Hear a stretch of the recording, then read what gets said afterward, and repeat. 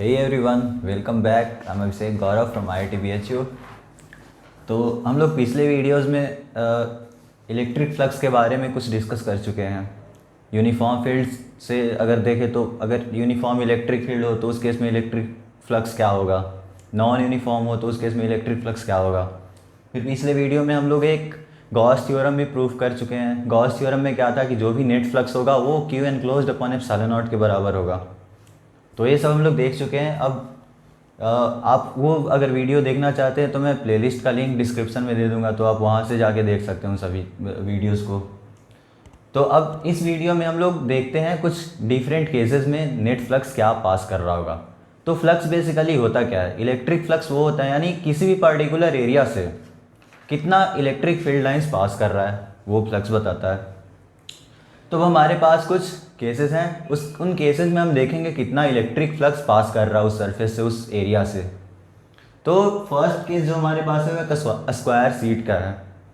अब इस square seat में अलग अलग पोजीशन पे हमारे पास कुछ चार्ज रखा होगा। तो उस केसेस में हमें कैलकुलेट करना है नेट फ्लक्स क्या होगा। तो फर्स्ट केस जो हमारा है वो है कि ये जो चार्ज है वो कॉर्नर पे रखा हुआ है, यानी charge is placed at corner. First case, charge is placed at corner. तो अब ये कॉर्नर पे रखा हुआ है, मतलब ये अपना स्क्वायर सीट हो गया। ए बी सी डी इसका नाम दे देते हैं, A B C D. A B C D एक स्क्वायर सीट है और इसके एक कॉर्नर डी पे कोई चार्ज रखा हुआ है। अब ये यहाँ पे अगर देखें तो ये चार्ज है, इस चार्ज के कारण कुछ इलेक्ट्रिक फील्ड भी होगा। इलेक्ट्रिक फील्ड के कारण कुछ इलेक्ट्रिक फील्ड लाइंस भी मतलब निकल रहे होंगे इससे। तो अब हमें कैलकुलेट करना है कि इस वाले सीट से, ये जो अपना स्क्वायर सीट है, इस स्क्वायर सीट से इसके कारण कितना इलेक्ट्रिक फील्ड लाइंस क्रॉस कर रहा होगा। तो अब देखिए, जब ये कॉर्नर पे रखा है तो इसका जो फील्ड लाइंस होगा, मतलब ये जो अपना क्यू चार्ज है, इसका फील्ड लाइन जो भी होगा वो इस सरफेस के, यानी ये जो सीट है इस सरफेस के पैरेलली ही तो निकल जाएगा। मतलब कुछ इस तरह से निकलेगा, यहाँ से कुछ इस तरह से निकलेगा, यहाँ से कुछ इस तरह से निकलेगा, यहाँ से कुछ इस तरह से निकलेगा। मतलब चारों डायरेक्शन में, ये क्यू चार्ज से तो चारों ही डायरेक्शन में इलेक्ट्रिक फील्ड इमर्ज कर रहा होगा। बट अगर सीट के इस वाले सीट से देखें तो इस सीट के पैरेलल ही निकल जाएगा, मतलब इस सीट को क्रॉस करने वाला नहीं है। क्यों? जैसा एग्जांपल के लिए हम लोग देख सकते हैं कि इसको, इस बोर्ड को अगर सीट अज्यूम करें और इस कॉर्नर पे यहाँ पे एक चार्ज रख दें, तो ये जो इसका फील्ड लाइंस होगा वो कुछ मतलब इसी तरह से निकल जाएगा, यहाँ से इधर, यहाँ से इधर, मतलब इसके पैरेलल ही तो निकलेगा, इसको कुछ क्रॉस कर ही नहीं सकता अगर यहाँ पे कॉर्नर पे रखा है तो जब कॉर्नर पे रखते हैं तो इसको, इस सीट को कोई सा भी फील्ड लाइंस मतलब क्रॉस कर नहीं पाया। तो जब फील्ड लाइंस क्रॉस नहीं कर पाया इसको, तो यानी यहाँ पे इस केस में नेट फ्लक्स जो होगा अपना जीरो होगा। तो अगर कॉर्नर पे रखा है, यानी कोई हमारे पास सीट है, ए बी सी डी एक स्क्वायर सीट है और इसके कॉर्नर पे एक चार्ज रखा हुआ है, तो जो फेस मतलब जो भी सीट होगा उस सीट से नेट फ्लक्स जीरो पास कर रहा होगा। तो अपना फर्स्ट केस था, इस केस में नेट फ्लक्स जीरो हो गया। अब सेकंड केस है कि चार्ज को कुछ यहाँ, जैसे अपना सीट हो गया, मतलब इस बोर्ड को अगर सीट अज्यूम करें तो इस बोर्ड से कुछ डिस्टेंस पे आके यहाँ पे एक चार्ज रखा हुआ है। अब इस चार्ज के कारण फील्ड लाइंस तो इसको क्रॉस करेंगे ही, मतलब इसको कुछ ना कुछ फील्ड लाइंस क्रॉस कर रहे होंगे। मतलब ये अपना सीट हो गया और इस सीट को क्रॉस कर रहा है ऐसा फील्ड लाइंस जो भी है, ये भी फील्ड लाइन आ रहा है यहाँ पे, ये भी क्रॉस कर रहा है, ये भी क्रॉस कर रहा है, ये भी क्रॉस कर रहा है, मतलब ये सब फील्ड लाइंस जो है वो क्रॉस कर रहे हैं। तो इस केस में फ्लक्स कुछ ना कुछ होगा। अब आगे हम लोग डिस्कस करेंगे कि इसको फाइंड आउट कैसे करें। जैसे क्यूब का केस लेंगे, उसके बाद फिर हमें पता चलेगा कि इस स्क्वायर सीट से फाइंड आउट कैसे करेंगे नेट फ्लक्स क्या पास कर रहा है। बट यहाँ पे हम ये श्योरिटी के साथ कह सकते हैं कि फ्लक्स जो होगा वो कुछ नॉन जीरो होगा, यानी कुछ ना कुछ फ्लक्स तो पास कर ही रहा होगा। क्यों? क्योंकि यहाँ पे फील्ड लाइंस इस वाले सीट को पास कर रहे हैं, मतलब इस सीट के थ्रू पास कर रहा है। तो इसलिए ये जो अपना यहाँ पे इस केस में अगर देखें तो कुछ नॉन जीरो फ्लक्स होगा। तो दो केस, मतलब यहाँ पे स्क्वायर सीट के केस में दो केस हमारे पास आए। फर्स्ट केस की इस कॉर्नर पे रखा है और सेकंड केस ये चार्ज जो है वो कुछ यहाँ पे रखा हुआ है, मतलब समथिंग ऊपर डिस्टेंस पे रखा हुआ है। तो इस केस में तो जीरो हो जाएगा फ्लक्स, बट इस केस में नॉन जीरो होगा। अब आगे क्यूब का केस जब हम लोग डिस्कस कर रहे हैं, उस मतलब क्यूब के केस से रिलेट करके इसके द्वारा मतलब जो नेट फ्लक्स इससे पास कर रहा होगा वो हम लोग कैलकुलेट करेंगे। बट अभी के लिए इतना हम सियोरिटी के साथ कह सकते हैं कि ये फ्लक्स जो होगा वो कुछ नॉन जीरो होगा। तो अब देखते हैं, आगे बढ़ते हैं।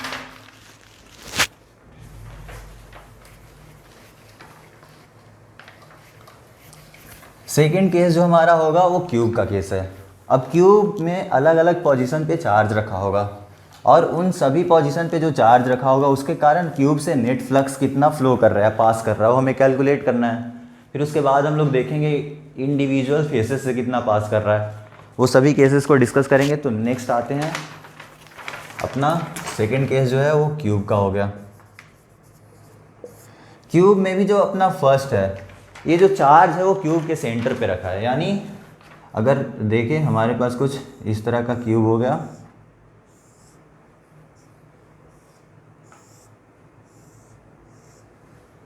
सॉरी,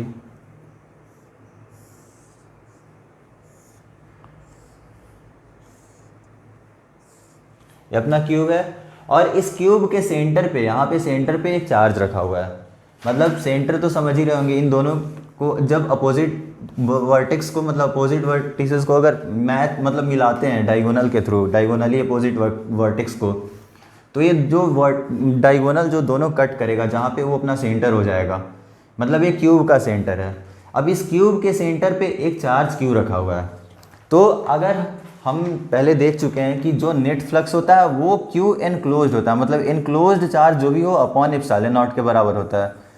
तो एनक्लोज्ड चार्ज इस केस में अगर देखें तो ये क्यू ही तो है, जो कि 3D सरफेस है, क्यूब से सराउंडेड है, मतलब क्यूब इसको सराउंड कर रहा है, मतलब एनक्लोज किए हुए है।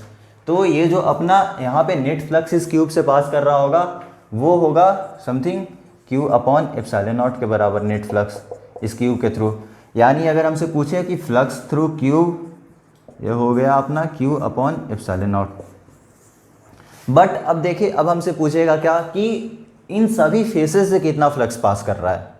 मतलब अगर ये फेस देखें अपना, अगर cube A B C D E F G H, मतलब अगर अपने पास ये क्यूब है तो ये पूछेगा किसी भी इंडिविजुअल फेस से अपना फ्लक्स कैलकुलेट करो।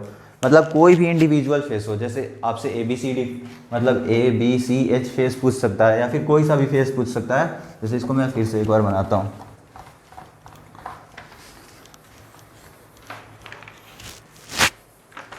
तो ये अपने पास क्यूब था,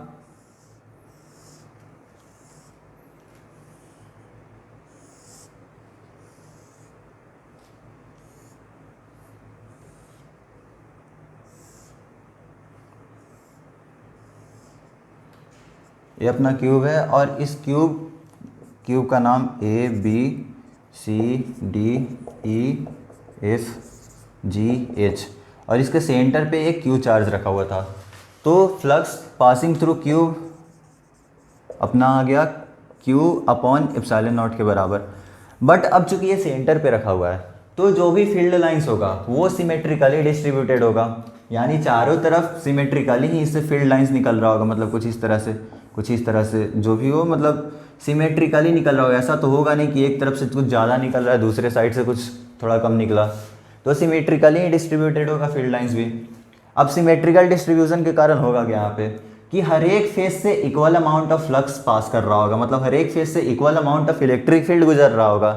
कोई सा भी फेस ले लें, ए बी सी डी ले लें, या फिर बी जी C F B G F सी ले लें, या फिर कोई सा भी सी एफ ई डी ले लें, कोई सा भी हम फेस अगर देखते हैं, किसी भी फेस को अगर लेते हैं तो उस फेस में मतलब हर एक फेस से इक्वल अमाउंट ऑफ फ्लक्स ही पास कर रहा होगा। क्यों? क्योंकि सेंटर पे रखा है। आप अज्यूम कर सकते हैं कि आप जिस कमरे में बैठे हैं उस कमरे के सेंटर पे एक चार्ज रखा हुआ है। अब उस चार्ज के कारण जो भी नेट इलेक्ट्रिक फील्ड होगा वो तो सभी डायरेक्शन में इक्वली ही डिस्ट्रीब्यूटेड होगा, मतलब इक्वल अमाउंट में इलेक्ट्रिक फील्ड इमर्ज कर रहा होगा। तो जितना आपका मतलब आपके सामने वाले फेस, जो भी आपके सामने वाला फेस होगा रूम का, उस फेस से जितना फ्लक्स पास कर रहा होगा वही फ्लक्स ऊपर वाले फेस से भी पास कर रहा होगा, वही फ्लोर से भी पास कर रहा होगा, वही पीछे वाले फेस से भी पास कर रहा होगा। मतलब हर एक फेस से अगर देखें तो सेम फ्लक्स ही पास कर रहा होगा।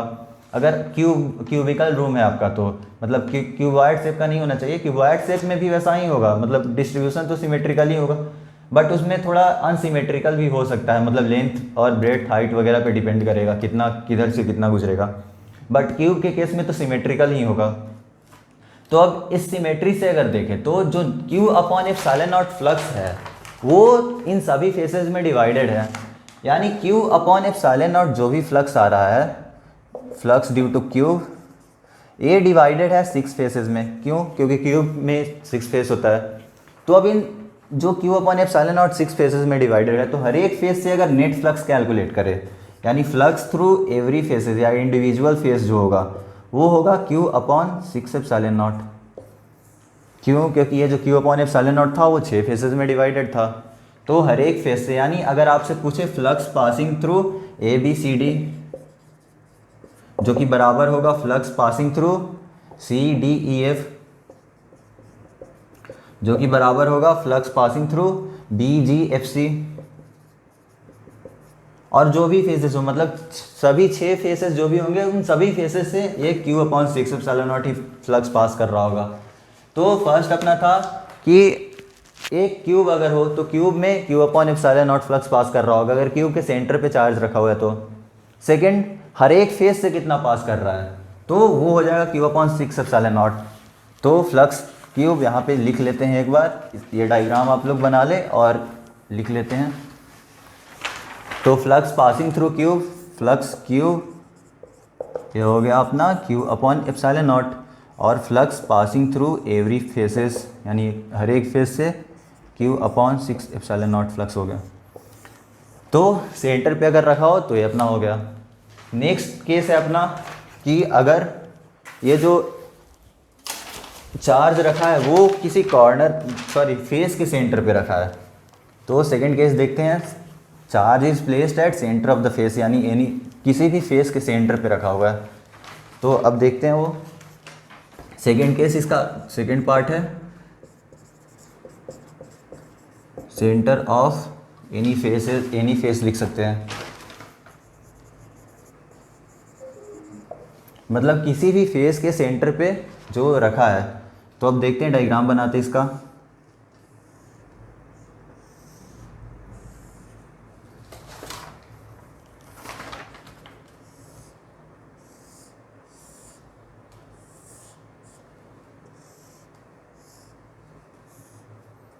ये हमारा छोटा सा क्यूब हो गया।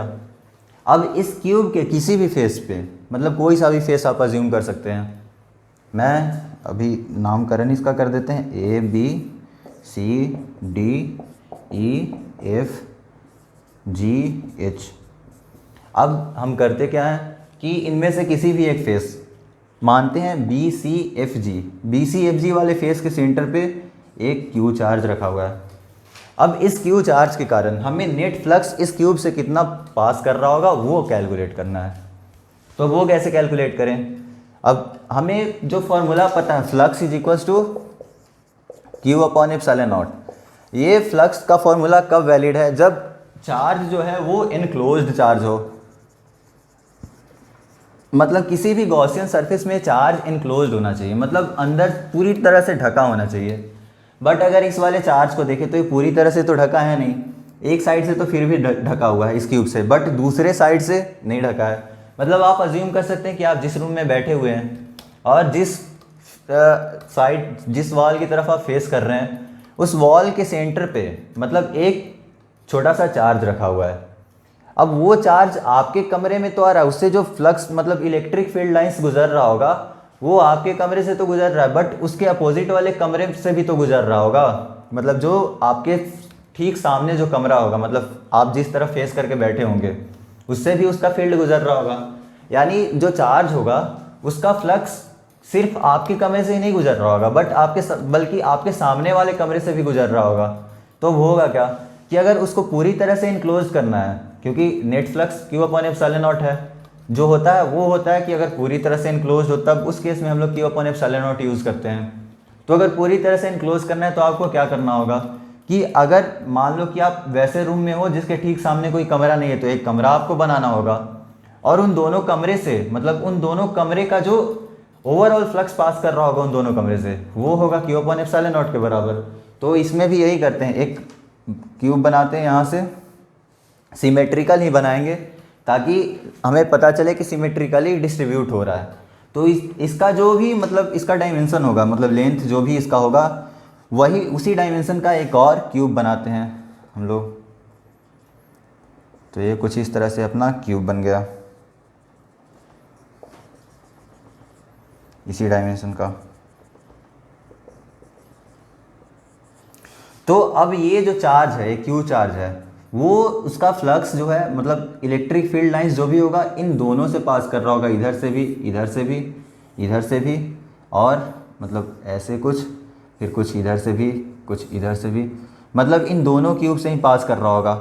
और इन दोनों क्यूब से अगर देखें तो फ्लक्स जो पास कर रहा होगा वो बराबर होगा क्यू अपॉन एप्सिलॉन नॉट के।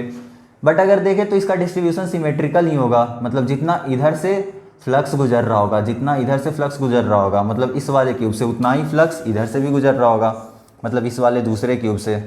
तो इसका डिस्ट्रीब्यूशन सिमेट्रिकल होगा। अब सिमेट्रिकल डिस्ट्रीब्यूशन होने के कारण ये जो फ्लक्स मतलब इस वाले, अगर इस वाले क्यूब को देखें ABCDEFGH जो अपना क्यूब है, इस क्यूब से फ्लक्स क्यूब जो होगा वो मतलब अब ये दो पार्ट में डिवाइडेड है, मतलब इक्वली डिवाइडेड होगा, इधर उतना ही सेम फ्लक्स, उधर भी सेम फ्लक्स। तो ये जो क्यू अपॉन एप्सिलॉन नॉट है ये दो क्यूब में डिस्ट्रीब्यूटेड है। तो इंडिविजुअल क्यूब से अगर देखें तो वो अपना हो जाएगा क्यू अपॉन 2 एप्सिलॉन नॉट, यही अपना क्यूब से नेट फ्लक्स पास कर रहा होगा अगर फेस के सेंटर पे रखा हो तो सेकेंड केस था अपना कि किसी भी फेस के सेंटर पे अगर चार्ज रखा हो तो उसमें क्या होगा। तो ये दो केसेस देख चुके हैं, अब आते हैं थर्ड केस पे।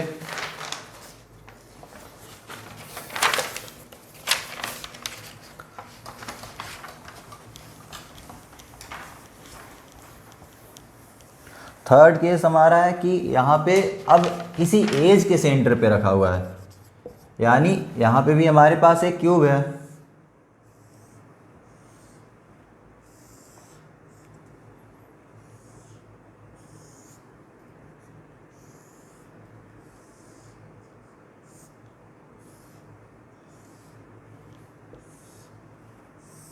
ये अपना क्यूब हो गया ABCDEFGH,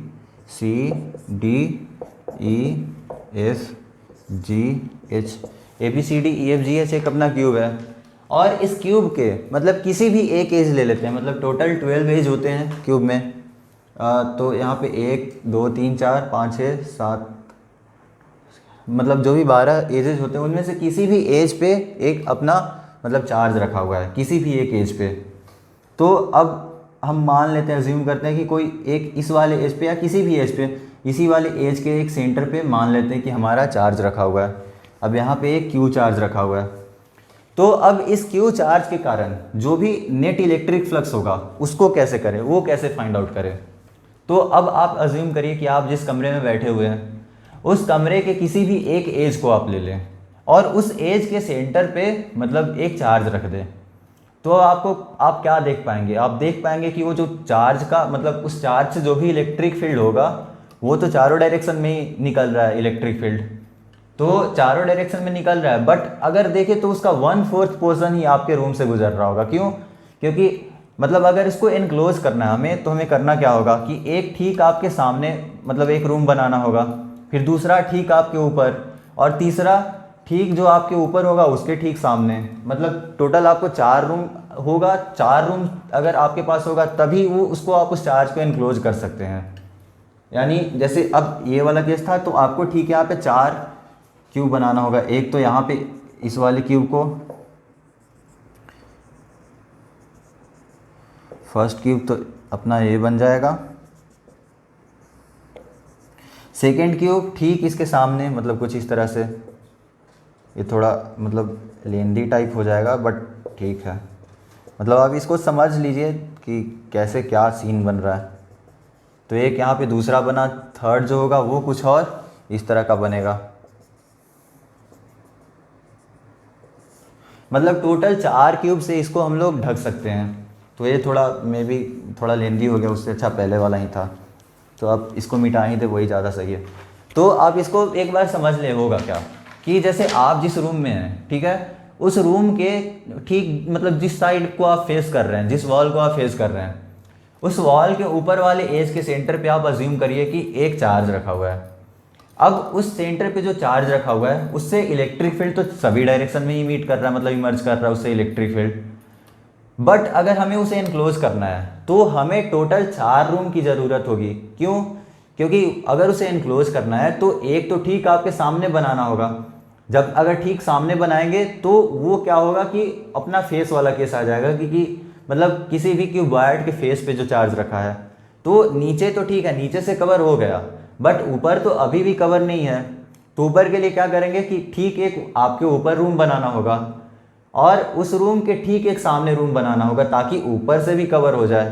तो मतलब कुछ स्टैक टाइप हो गया कि एक जैसे कि आपका ये है तो ठीक एक सामने यहाँ पे बनाए और एक इसके ऊपर और दूसरा इसके ऊपर, तो टोटल 4 रूम आपको बनाना होगा ताकि मतलब उसको हम कवर कर सकें। तो अगर एज पे रखा है तो टोटल 4 क्यूब की हमें ज़रूरत पड़ेगी ताकि हम इसको कवर कर सकें।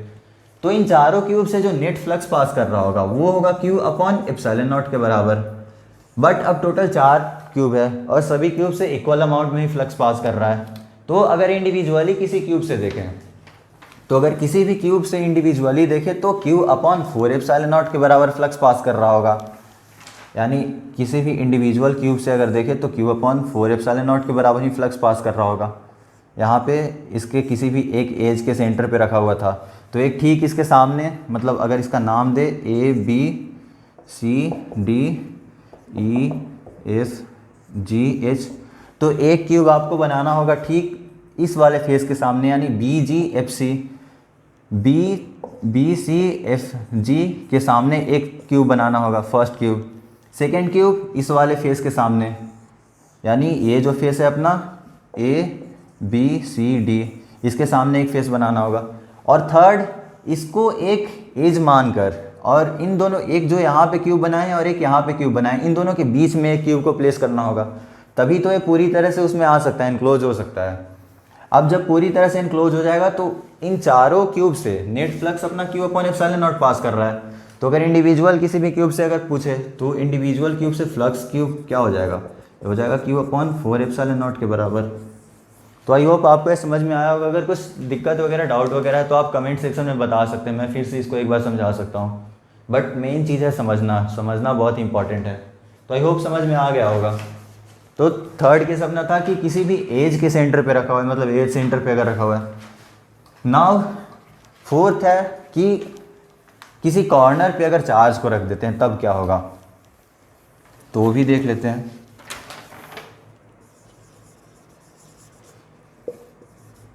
डी केस जो है, एक क्यूब है अपने पास,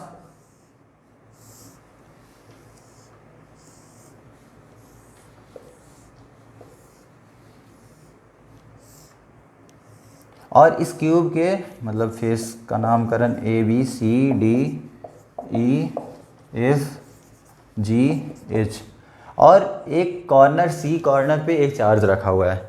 अब इसको एक बार समझते हैं। आप जिस रूम में बैठे हुए हैं उसमें से कोई सा भी एक कॉर्नर आप ले लो और उस कॉर्नर पे एक चार्ज को रख देते हैं, तो चार्ज से इलेक्ट्रिक फील्ड सभी डायरेक्शन में निकल रहा है। बट आपको क्या लगता है कि अगर उसे हमें कवर करना है तो नीचे आपको 4 फेस बनाना होगा, मतलब 4 क्यूब बनाना होगा। क्यों, कैसे, वो समझते हैं। अगर क्यूब आपके कॉर्नर पे रखा हुआ है, मतलब आप देखो एक बार ध्यान दो इसको, अगर कॉर्नर पे रखा है तो एक तो ठीक इसके सामने रखेंगे, मतलब ये जो B G F C face है उसके सामने एक क्यूब बनाएंगे। Second A B C D के सामने फेस बनाएंगे, मतलब क्यूब बनाएंगे। और थर्ड इन दोनों के बीच में, मतलब जो भी एक क्यूब आएगा वो क्यूब बनाएंगे। तो ये तो नीचे से कवर हो चुका है चार्ज, मतलब जो सी कॉर्नर पे जो चार्ज क्यू रखा हुआ था वो नीचे से तो कवर हो चुका है। बट अगर ऊपर से देखें तो ऊपर से कवर नहीं हुआ है। तो ऊपर से कवर करने के लिए फिर हमें 4 क्यूब की ज़रूरत पड़ेगी। एक जिस रूम में आप बैठे हैं उसके ठीक ऊपर, दूसरा फिर जो आप 4 क्यूब बनाए हैं, मतलब जो 3 क्यूब आप फालतू बनाए हैं, एक तो आपका रूम हो गया और दूसरा जो 3 क्यूब आप बना चुके हैं, उन सभी क्यूब के ऊपर भी एक एक क्यूब होगा। तभी तो इस चार्ज को हम पूरी तरह से इनक्लोज कर सकते हैं, वरना ये तो इनक्लोज होगा ही नहीं पूरी तरह से। अगर इनक्लोज करना हो तो हमारे पास जब यहाँ पे अगर इसको हमें इनक्लोज करना हो तो टोटल 8 क्यूब्स की ज़रूरत होगी। कैसे, एक तो जिस रूम में आप बैठे हैं और जिस कॉर्नर पे है, एक तो वो हो गया, दूसरा ठीक उसके ऊपर, तीसरा ठीक आपके सामने, फिर चौथा मतलब ठीक आपके राइट में, फिर उसके सामने। मतलब टोटल अगर देखें तो 8 क्यूब की ज़रूरत हो जाएगी। जैसे एक इस वाले फेस के सामने हो गया, इस वाले फेस के सामने एक क्यूब बनाना होगा, दूसरा इस वाले फेस के सामने क्यूब बनाते हैं। तो ये 2 क्यूब तो यहाँ पे एक ये क्यूब हो गया, एक ये क्यूब हो गया, और इन दोनों के बीच में क्यूब जो होगा वो बनाना होगा। और ठीक उसी तरह से उन सभी के ऊपर, यानी अगर इसका हम लोग ऊपर से प्रोजेक्शन देखें तो ये कुछ इस तरह का होगा। इस वाले कॉर्नर सी पे अपना चार्ज रखा हुआ है और ये फेस अपना सी डी एफ ई है। तो एक तो क्यूब हमें यहाँ पे बनाना होगा, दूसरा यहाँ पे, और तीसरा यहाँ पे बनाना होगा। तो ये तो नीचे से इनक्लोज हो चुका है, ये जो चार्ज है वो नीचे से हम इसको इनक्लोज कर चुके हैं, बट ऊपर से अभी भी इनक्लोज नहीं हुआ है। तो ऊपर से ठीक है किसके ऊपर बनाना होगा हमें क्यूब, दूसरा ठीक इसके ऊपर बनाना होगा, तीसरा ठीक इसके ऊपर, और चौथा ठीक इसके ऊपर। यानी टोटल अगर देखें तो हमें 8 क्यूब चाहिए इसको पूरी तरह से इनक्लोज करने के लिए। तो इन 8 क्यूब से नेट फ्लक्स जो पास हो रहा है वो बराबर है क्यू अपॉन एप्सिलॉन नॉट के। क्यू अपॉन एप्सिलॉन नॉट के बराबर होगा टोटल फ्लक्स। अब किसी भी क्यूब से मतलब किसी इंडिविजुअल क्यूब से अगर फ्लक्स कैलकुलेट करें तो 8 में इक्वली डिस्ट्रीब्यूटेड है, यानी flux passing through any of the cube is equal to Q upon 8 epsilon naught हो जाएगा। ये अपना नेट फ्लक्स किसी भी क्यूब से पास कर रहा होगा। अब नेक्स्ट आते हैं, देखते हैं इसको, अगर हमें इसके इंडिविजुअल फेसेस से पूछे कि कितना फ्लक्स पास कर रहा है। अभी तो हम लोग क्यूब से कैलकुलेट कर चुके हैं, जैसे ये अपना क्यूब था, इस वाले ये जो क्यूब हो गया, इस क्यूब के किसी कॉर्नर सी पे अपना एक चार्ज रखा हुआ था, A B C D E F G H, इस सी कॉर्नर पे एक चार्ज रखा हुआ था। अब आपसे पूछेगा कि इन सभी फेसेस से कितना फ्लक्स पास कर रहा है। तो अब अगर इस वाले फेस को देखें, A B C D face से देखें तो इसके कारण नेट फ्लक्स तो जीरो ही होगा। क्यों? क्योंकि ये जो केस बन गया वो कुछ इस तरह का केस बन गया कि एक अपने पास सीट है और इस सीट के कॉर्नर पे एक चार्ज रखा हुआ है। तो फर्स्ट केस जो अपना था वो यही था, तो इस केस में तो अपना नेट फ्लक्स जीरो आया था, तो यहाँ पे नेट फ्लक्स जीरो होगा, यानी flux passing through A B C D ये तो जीरो हो गया। दूसरा देखें, इस वाले फेस को एक बार देखते हैं। इस वाले फेस को अगर देखें तो ये फेस भी वही हो गया है, मतलब इसका भी वही केस होने वाला है कि एक सीट रखा हुआ है अपने पास कुछ इस तरह का, एक सीट है सी डी ई एफ और इस सीट के कॉर्नर पे एक चार्ज रखा हुआ है, इस कॉर्नर पे एक चार्ज रखा हुआ है, तो यहाँ से भी नेट फ्लक्स जीरो ही होगा, यानी इस वाले फेस से भी नेट फ्लक्स जीरो होगा, यानी flux passing through face C D E F ये भी जीरो होने वाला है। नेक्स्ट अगर देखें इस वाले फेस से देखें, ये वाला फेस जो है अपना सी बी सी एफ जी, तो बी सी एफ जी का भी तो वही केस है कि एक सीट है, यहाँ पे अपने पास एक सीट है और इस सीट के कॉर्नर पे कोई चार्ज रखा हुआ है। अब इस चार्ज के कारण नेट फ्लक्स इस वाले सीट से नेट जीरो ही होने वाला है, तो flux passing through this face यानी बी सी एफ जी ये भी जीरो ही होने वाला है। तो इन सभी फेसेस से जो नेट फ्लक्स पास कर रहा होगा वो जीरो होगा।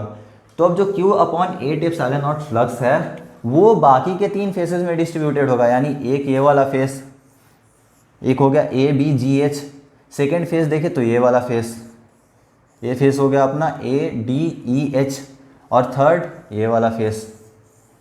इन सभी फेसेस में अगर देखें तो इक्वली डिस्ट्रीब्यूटेड ही होगा, मतलब ये जो Q upon 8 epsilon not flux है।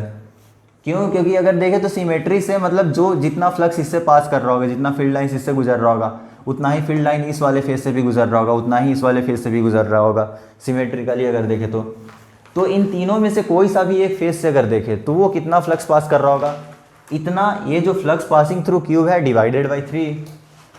तो अगर हमसे पूछे कि flux passing through A B G H जो कि बराबर होगा flux passing through face A D E H जो कि बराबर होगा इस वाले फेस से पास कर रहा होगा जो फ्लक्स, जितना फ्लक्स, तो ये हो गया ई एफ जी एक्स जी एच, ई एफ जी एच जो कि बराबर होगा फ्लक्स पासिंग थ्रू क्यूब